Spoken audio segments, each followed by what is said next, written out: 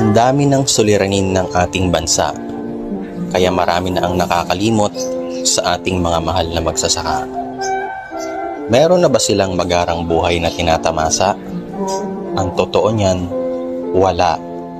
Dahil nananatili pa rin sila sa estado ng isang kahig, isang tuka.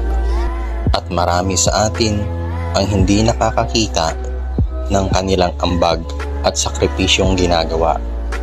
Mula sa pagbubungkal ng lupa hanggang sa pagpupunla para lang makapagbigay ng ani at para makakain ka ng tama. Pero sila ay hindi pa rin nabibigyang pansin ng madla dahil sa mataas na presyo ng bilihin para sa kanilang hanap buhay na ginagawa. At ang masakit pa sa lahat ay bibilhin lang ang kanilang produkto sa halagang napakababa.